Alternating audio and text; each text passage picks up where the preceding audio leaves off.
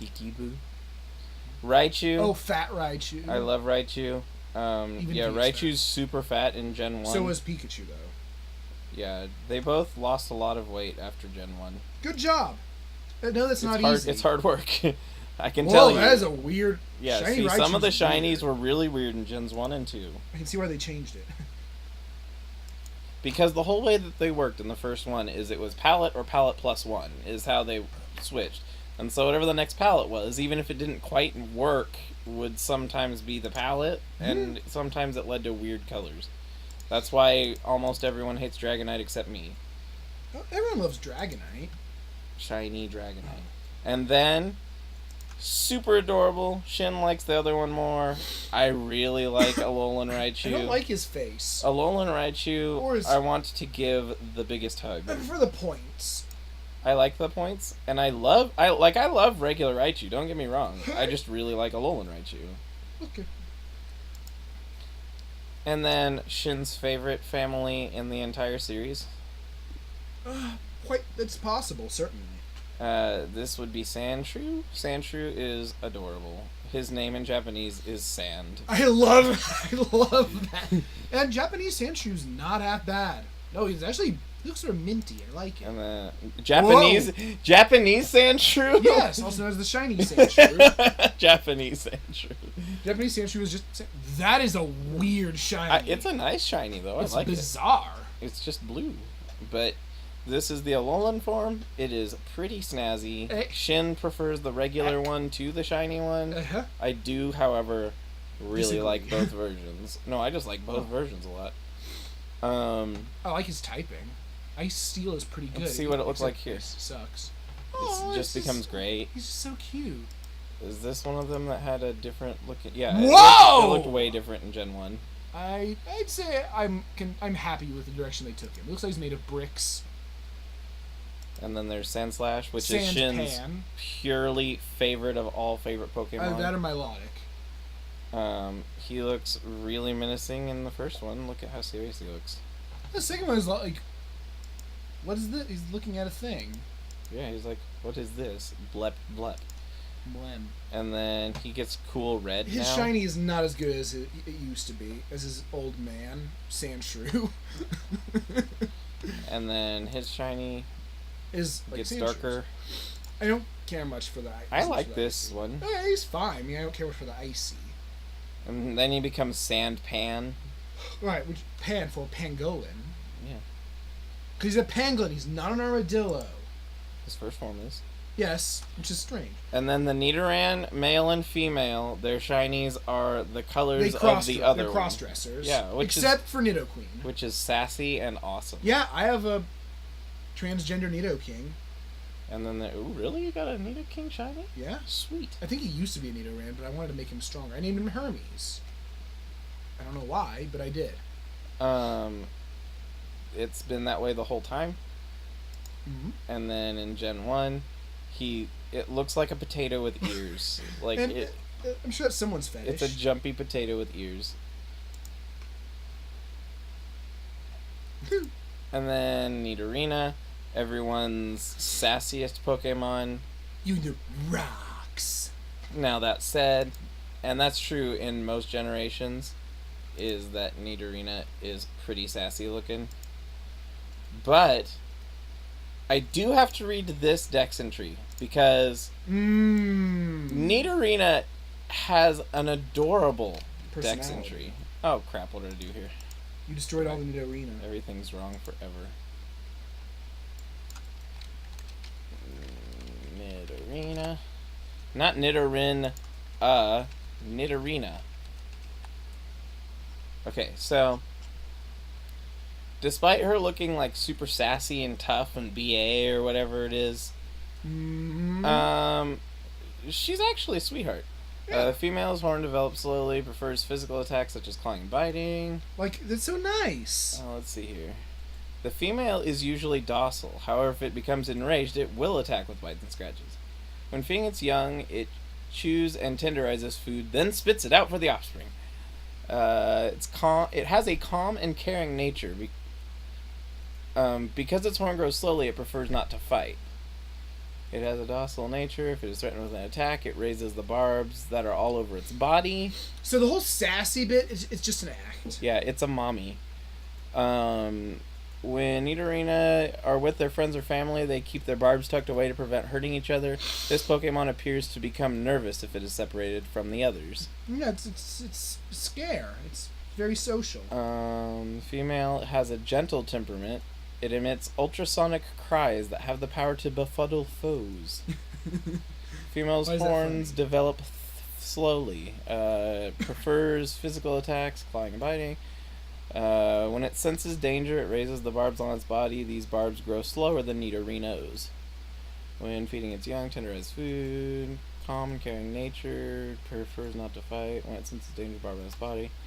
Female has a gentle temperament. When feeding its young, it first choosing food paste.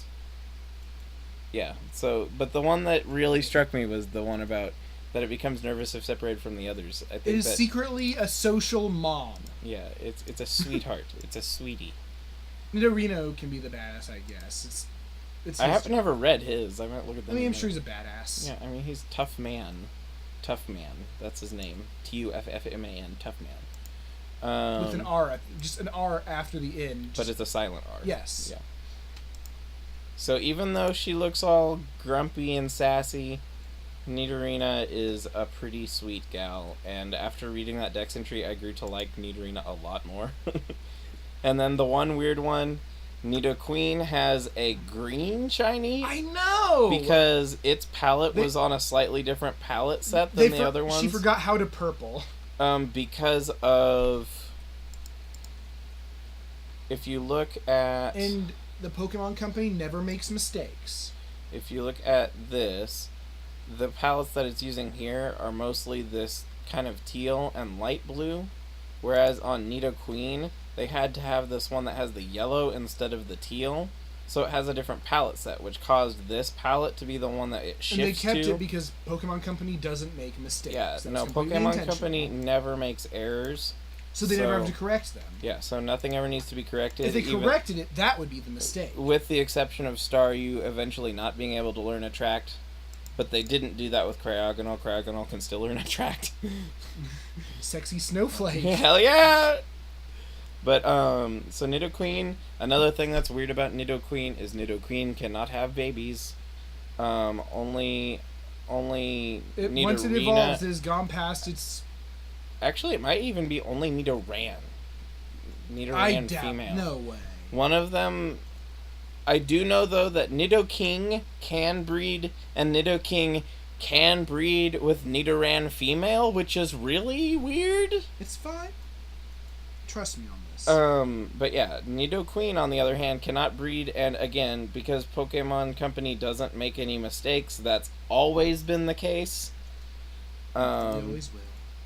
So this is shiny Nidoqueen from early, as you can see, pink bra, pink panties. That's what they look like, okay? And then the earliest version, she's very big in the face. From green? Yeah, from Pokemon Green. Looks like and then the Pokemon Yellow is really nice. Yeah. I like the Pokemon Yellow sprite. They figured out what they were doing with sprites. Yeah, this is Nidoran. Nidoran has very rabbity looking Rabbity McRabbit Rabbit. Yeah, is he really... Should I really say what his favorites are? It's not really my place. You can say ones you know he likes. So let's see what Nidorino, B.A. Nidorino says real quick, just because I'm curious. It is an aggressive Pokemon that's quick to attack. So yeah, it's the big tough man. Aggressive, easily angered. Its horn is harder than a diamond. You can figure that one out for yourself. Oh my god, the next one's hilarious. Which one? The gold. Pokemon Gold. It raises its big ears to check its surrounding. If it senses anything, it attacks immediately. If it senses anything, yeah, it can even be friends. It doesn't matter. It doesn't. It must attack everything it can hear. Nidoran, as I said, they're cross-dress, so they sassy, and they... Shin has transgender Nidoran family, Nidoran apparently. Yep. He's a pretty cool guy. I would give him a hug if he didn't poison me. But he's covered in death poison, so it's bad. It's a Nido one. Nidoran. I will say, of the first generation, the Nidoran family is one of the ones that I can give points for. Versatility as far as the things it can learn. Seeming fairly reliable as far as being tough throughout the game. Design is very creative and not just based on one creature, but actually on 3 or 4 different creatures. And the actual overall stylization, and still being one that I appreciate today, it is a pretty good Pokemon. I like the Nidoran line both. I just don't get why they couldn't have consolidated the Nidos into one Pokemon. Yeah, no, it doesn't make any sense. Because nope, not mistakes. Yep, nope. They planned it all along. It makes sense. Just trust them. And then here's Sassy Nidorino. As you can see, Sassy Nidorino just looks like he has teeth. Any Nidorino. He wants to bite and fight. He is a mean man. He'll eat you. But if you're friends, then you'll still be friends. Unless he hears you. Yeah. Then he will attack immediately. Here's Gen 1. Gen 1, he really looks like he wants to pick a fight. He loses teeth between the 2 versions. He'll still fight you. And then the last one's pretty snazzy. And then Nidoking, who again, I really like. I think Nidoking's pretty cool. Nidoking, this is the one that Shin says he has. I did not know, but this is the one he has. It is Blue Man. He is a part of the Blue Man group. He is a man, and he is blue. In Japan, Nidoking's name is Nidoking. And that's his name everywhere, except maybe Korea. It could be Nidoking. It could be. It might not be, though. We don't know. If you kill him, you get 3 attack points. He is a pretty cool guy. Like I said, pretty versatile. Genuinely quite strong if you're not, like, serious metagame fighter. If you're just playing through the game, you can pretty much have a Nidoking in your party the whole time, and it'll do pretty decently. Oh, yeah, absolutely. There is some issues with... Doesn't it have, like, a pretty bad weakness to something? I mean, it doesn't have any double weaknesses. It doesn't have double weaknesses? No. It would be weak to itself, though. It's weak against ground, I suppose. Despite it being poison ground, as Shin was saying, it is almost like a normal type because it can learn, like, Thunder Shock and Surf and Flamethrower and stuff like that. So that's why it can be really versatile. The only issue is, just like a normal type where you have that issue, you don't get Stab, which is pretty valuable in a lot of fighting. But he can stab you with ground, which is a great type, or poison, which is less great. But then fairies said hi, and he's like, screw you. Yeah, and then everybody ever can learn the strongest poison attack anyway. Sludge Bomb? Toxic. It's not the strongest poison. Well, it's the only badly poisoned. No, it's not. Oh, is it not? I think Poison Fang also can, it's just not guaranteed. Oh. Then there's Clefairy, who Shin used to really like from my memory, but he doesn't like as much now. He gets green ears when he is shiny.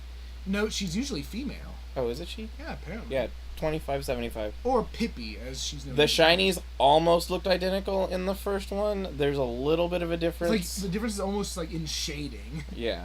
The only color difference is the green, which is why in the final version you have this happen.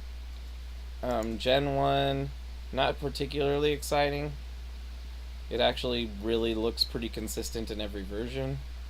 Nothing silly happens. Clefable, on the other hand, has an air mouth in the yellow version. The original Clefable actually looks pretty nice. I like the original Clefable.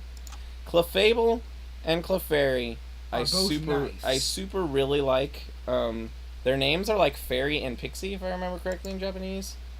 Oh, Pippi and Pixie, that's right. Clefable is one that is, again, pretty versatile. It has a lot of hit points, so you can use it to, like, drag out a fight. It's one of those normal types. Yeah, you can use it to drag out a fight for a while. It's not exceptionally strong at fighting, but it can buy you some time if you need to, like, use 2 or 3 potions, and you can still do some pretty decent things, and this line is also the one iconic for having Metronome.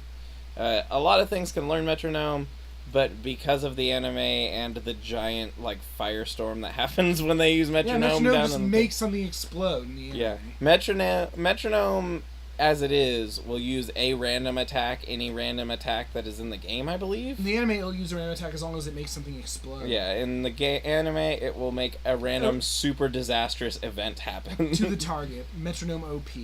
Yeah, Clefairy even uses metronome in Smash, which also Togepi can do.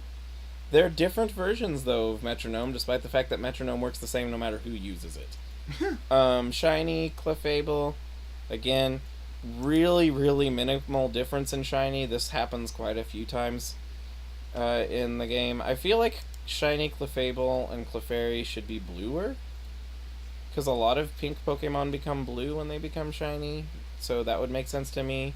I almost wonder what it would look like in yellow, but that never happens. Oh, Make it happen. in Pokemon, there are also, in the anime, several Pokemon that show up on an island that are pink, and also there is a Butterfree that is pink. That never happens in the games. There's nothing wrong but the pink Butterfree does look really nice. That's one of the things I was going to say, but I forgot to say earlier. Next, one of my favorites, because it's a fox, so obviously I love it. I thought Jigglypuff came after Clefable, but no, it's the Clefairy line, then Vulpix, and then I think Jigglypuff after that, maybe. Vulpix has an Alolan form. It's pretty snazzy. The shinies look like almost identical. Sadly, oh god. Yeah, the shinies just slightly purpler. That's it. But then again, Vulpix's shiny is just slightly yellower. Or greener, I guess, which makes it yellower because it's red. The original shiny Vulpix actually looked significantly different. There was more of a variation in the color. And the earliest Vulpix looks a little strange. Its face is kind of it looks a little more polished by the time it gets to red. When you get to red, it starts to get more like its final form, but still, it's not until the yellow version where you get all the curlies on top instead of just 2 curlies, and the body shape gets a little bit more polished. You can see the paw prints better. However, the little socks that it looks like it has in red and are actually poison blue socks. Disappear by then, which is too bad because I kind of like having a little more accent than you see on the actual artwork where they're just barely darker brown. You're so passionate. Oh, I love talking this kind of stuff. Then, if you look, this actually has a pretty significant difference in the original Ninetale artwork. This is like actually on fire, isn't it? It's just spitting fire. Oh, but it's like a flame on its head, it looks. 1, 2, 3, 4, 5, 6, 7, 8, 9. That's impressive. It looks like there's probably 11 tails secretly on Ninetales based on the positions of the tails. The middle form, this is the one that I iconically remember from playing as a kid. Pretty snazzy. Why does that look so weird? Oh, it's just poor resolution, I guess. They don't look exceptionally great in this. By Gen 2, it's sorted out a little bit. Wow, why? Wow. Why is the position so different all of a sudden?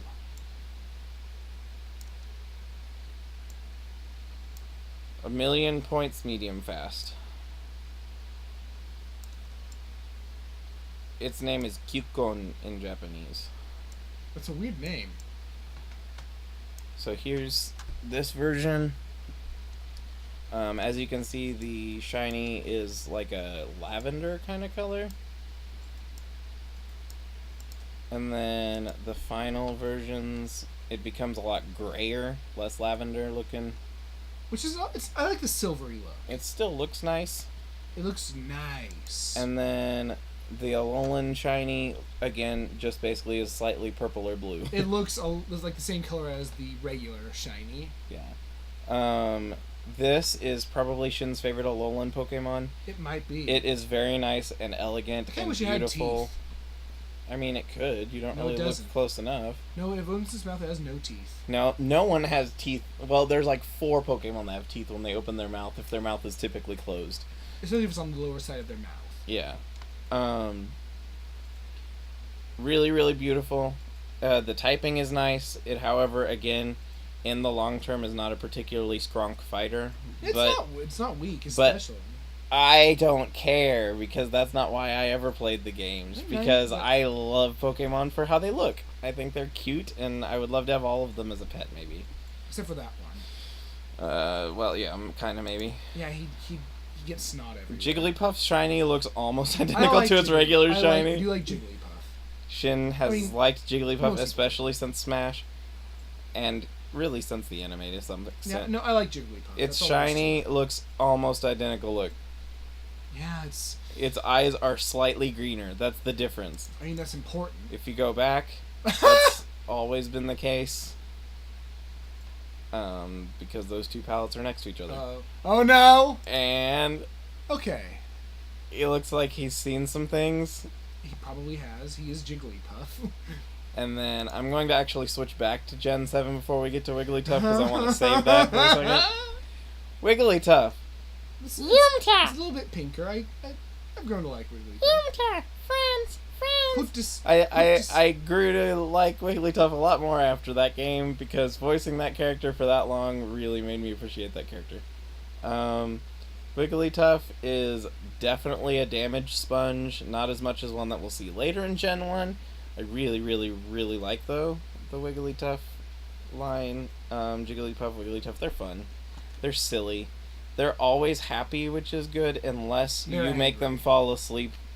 Or if you fall asleep while they're singing, that's more Jigglypuff. Then the one Jigglypuff gets we'll really beat mad. You up with a marker. And sings using said marker that knocks everyone out. And then she goes through like an entire pachinko parlor and like part of Tokyo and just starts drawing on people's faces because they all fall asleep after she starts singing. Jigglypuff is weird. Jigglypuff is and typically weird. Female. Oh god. So here is early shiny. As you can see, they're pretty consistent. And get ready.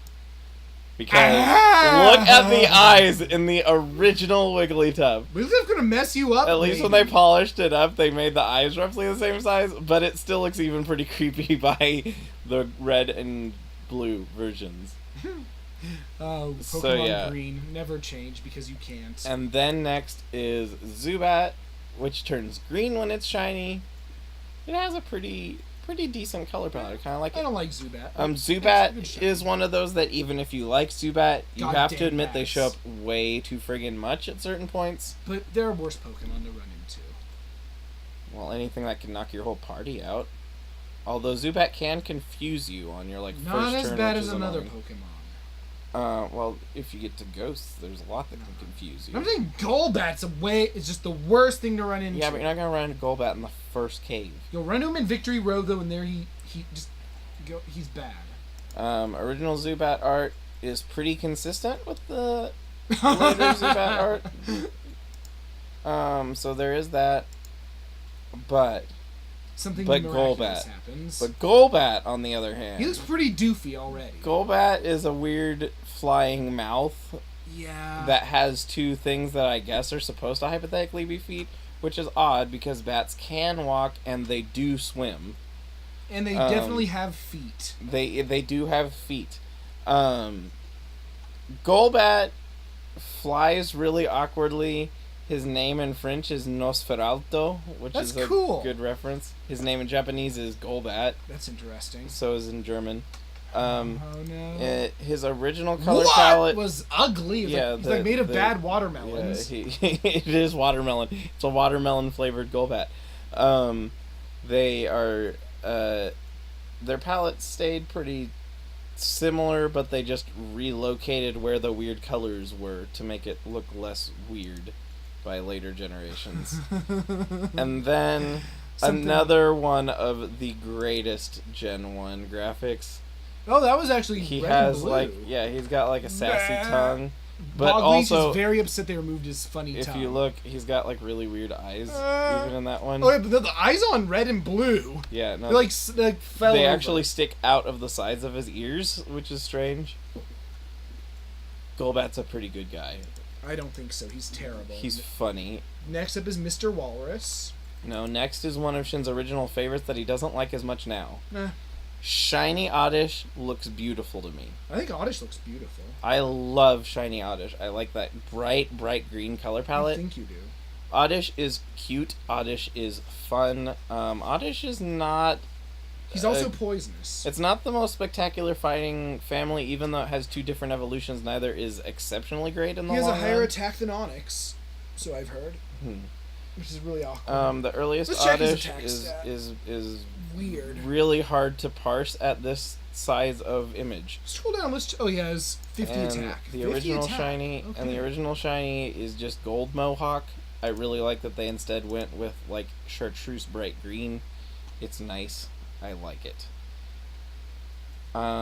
Becomes Gloom, which is Bogleech's all-time favorite Pokemon. It used to be. Until... Garbodor. Oh, Garbodor. That's a fair one. That makes sense for him too, yeah. The shiny is nice. I like the shiny.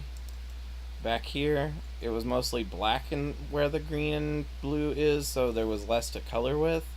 They eventually made them more colorful. The original shiny just kind of looked brighter, which makes sense for a shiny.